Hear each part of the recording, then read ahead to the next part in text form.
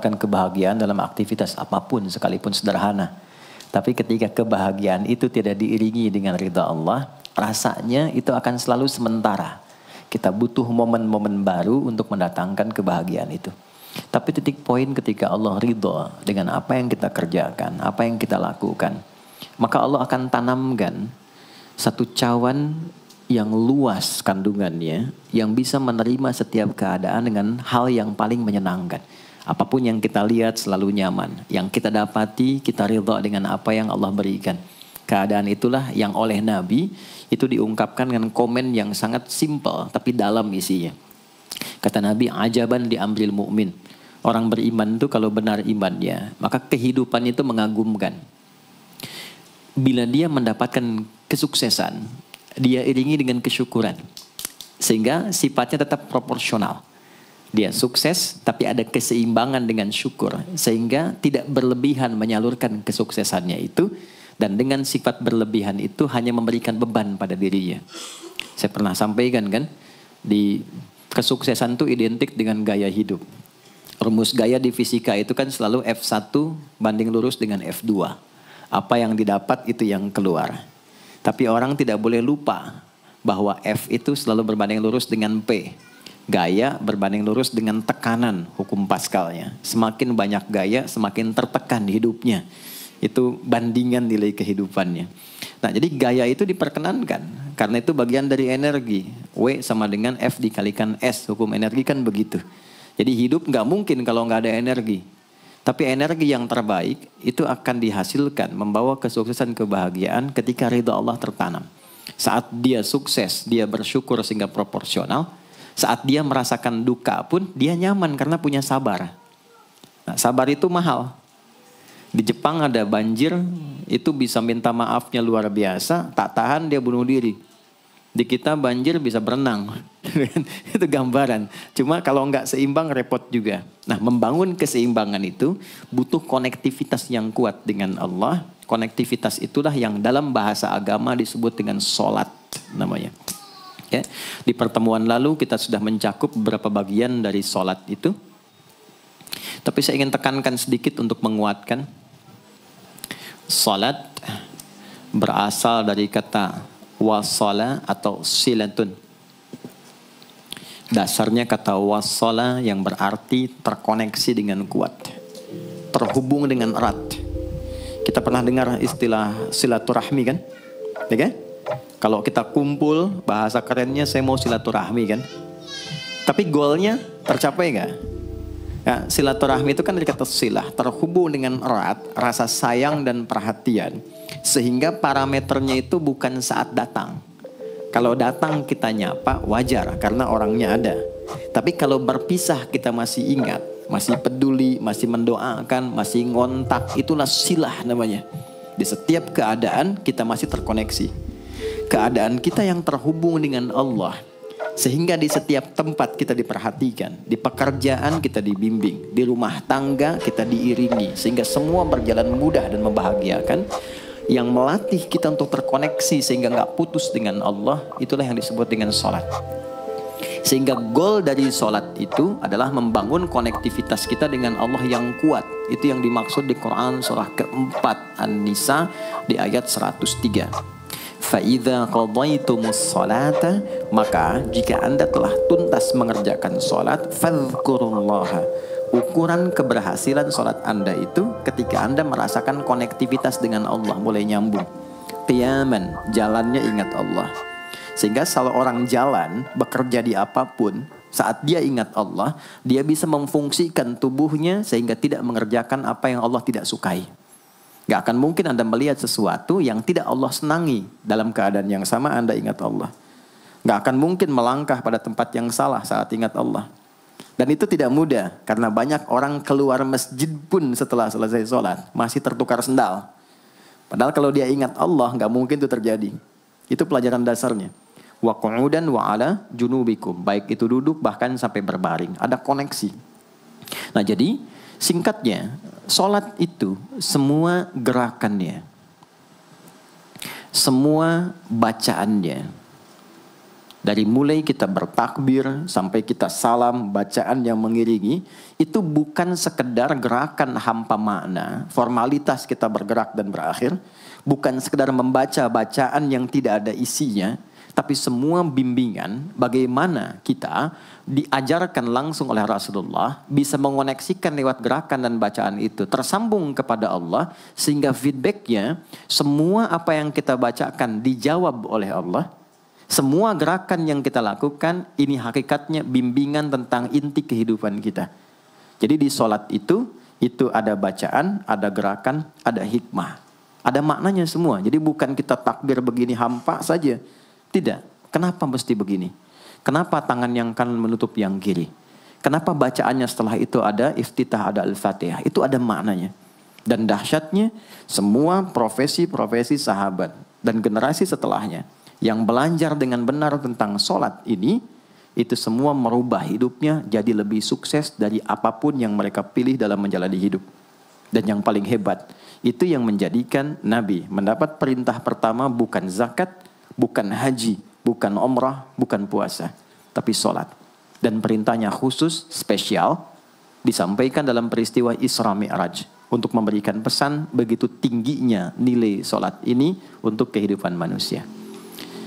Mohon izin maaf bagi teman-teman yang baru bergabung, supaya tidak banyak mengulang, teman-teman bisa cek kembali di pelajaran sebelumnya. Kita kemarin telah selesai di pembahasan iftitah dengan tangan kanan meletakkan di punggung yang kiri, lalu kemudian diletakkan di atas dada seperti ini. Kesimpulannya adalah, saya cepat saja, dari mulai kita bertakbir, kalau ingin terkoneksi dengan Allah, maka fokuskan diri kita untuk tersambung. Buang urusan dunia semua ke belakang. Jangan bawa dalam sholat. Kalau ingin kita tersambung dengan Allah, tepikan yang lain, hadapkan diri kita, pasrahkan. Hanya Allah yang tinggi, yang agung, yang istimewa. Kalimat agung, tinggi, istimewa, itu disebut dengan akbar. Maka kita ucapkan Allahu Akbar. Kita buang semua urusan dunia ke belakang, pasrahkan diri kita, hadirkan sekarang hanya Allah yang agung saja. Itu poinnya. Kenapa problemnya tidak sedikit orang sholat itu sulit menemukan kekhusyuan? Karena dia bertakbir masih membawa dunia. Dia tidak sholat dengan memahami gerakan takbirnya. Dia jadikan sebagai formalitas. Apakah benar? Secara fikih benar. Gugur kewajiban, dapat pahala sesuai keikhlasan, tapi value dari sholat yang mahal itu nggak dapat. Itu poinnya. Buang semua urusan dunia, kemudian tambatkan diri kita hanya kepada Allah. Dan uniknya kata Nabi, di fase itulah setan mulai bertugas yang mengganggu kita, supaya kita tidak fokus untuk memahami dan melakukan apa yang kita baca dan kita gerakan. Ada setan khusus menggoda orang sholat, namanya khanzab. Nanti ada 9 jenis setan yang detil tugasnya itu berada di sekitaran kita. Mungkin satu kali Mas Baim kita belajar tentang fikih setan. Belum pernah ada kan ya? Anda kalau ke sini cuma tahu jalan yang lurus, nggak tahu macetnya, nggak tahu lubangnya, sulit menghindarinya. Kebanyakan orang belajar tentang malaikat, tapi nggak belajar setannya, sehingga nggak tahu setan apa yang sedang memprovokasi dirinya. Di Quran, malaikat disebutkan 88 kali, setan disebutkan 88 kali. Kalau kita cuma dengar motivasinya, nggak tahu provokasinya, kita nggak tahu bagaimana cara menghindari yang ini. Itu poinnya. Khanzab itu dia menggoda orang sholat, dimulai dari takbir. Jadi kalau belum takbir, Anda bisa merasa fokus apa saja. Nggak percaya silakan. Sebelum takbir tuh bisa siap fokus. Tapi begitu Anda mulai bertakbir, di hadis riwayat Abu Daud, Allahu Akbar, fayaqulu syaitanu. Maka di sini setan mulai tugasnya untuk mengganggu orang supaya nggak dapat nilai-nilai tadi. Maka dia berkata, udhkur kadza. Kamu ingat ini ya, kamu ingat itu ya. Betapa Anda memulai dengan membuang semua urusan dunia. Tapi kalau sudah takbir, itu setan yang install. Masuk sendiri dia. Makanya kalau nggak percaya silakan nanti zuhur tuh ya. Begitu Anda takbir, itu masuk semua. Ingat ini, ingat itu, mobil parkir di mana. Sampai ceramah saya sekarang pun itu akan masuk. Ingat ya, ada setan yang goda. Nah itu setan itu.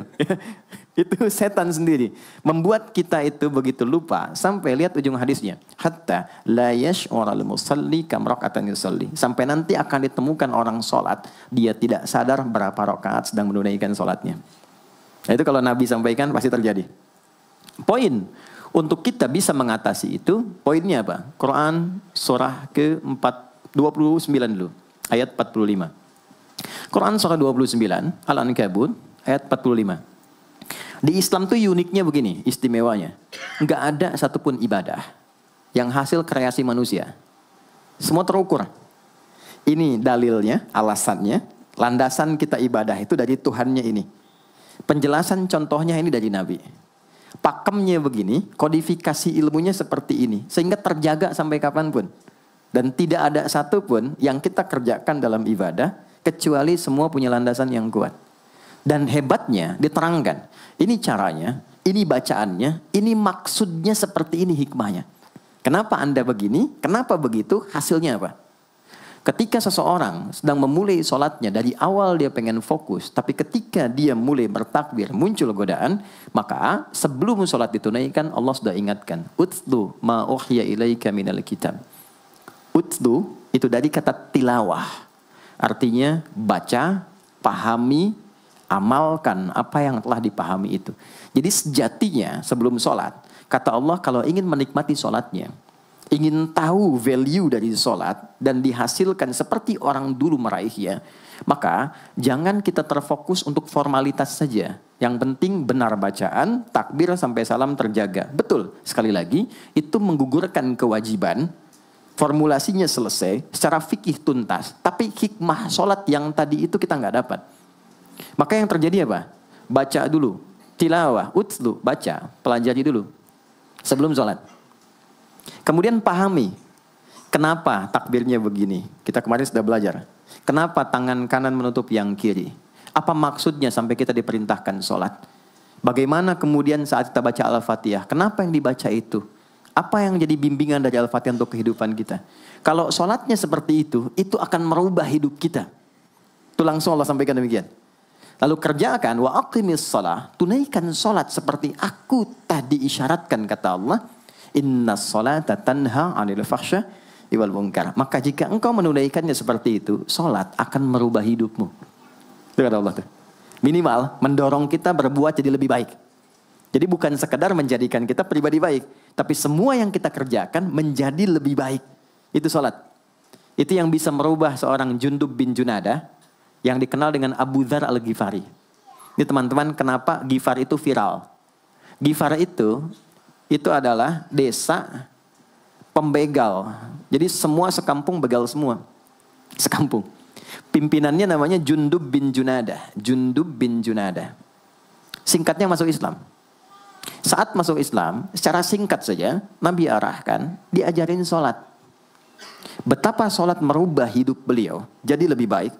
Kembali ke kampungnya, mengajarkan, singkatnya apa? Madinah heboh dengan kedatangan tapak kaki, yang ternyata itu orang-orang Ghifar. Sekampung kurang lebih masuk Islam, dan berubah jadi orang baik semua. Merubah hidup mereka. Jundub orang sukses, setelah itu jadi ustadz. Ini mungkin yang menginspirasi judul preman jadi ustadz. Ini tadinya pembegal. Pembegal semua. Sekampung sukses, jadi orang baik, aktivitasnya berubah, lebih berkualitas. Untuk memberikan inspirasi ke generasi masa depan. Bahwa kami dulu pernah begini, dengan sholat kami berubah, kesuksesan kami raih, maka diviralkanlah nama daerahnya. Tambahkan al di depannya, ujungnya tutup dengan i.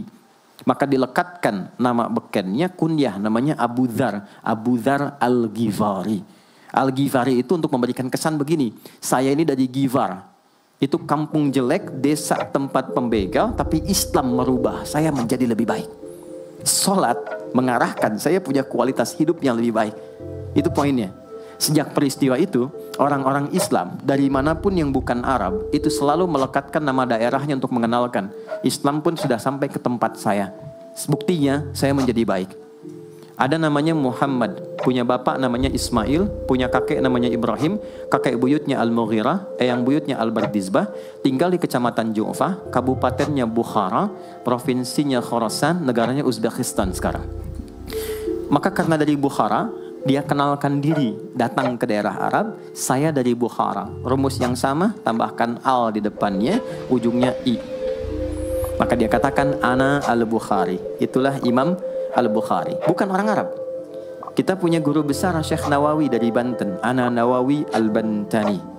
Ana Ahmad Yasin Al-Padangi. Tapi kesan kota itu untuk menunjukkan Islam telah sampai ke tempat saya dan merubah saya menjadi lebih baik. Kang Baim datang ke Mekah umrah, katakan saya Baim Bong al tanah kusiri.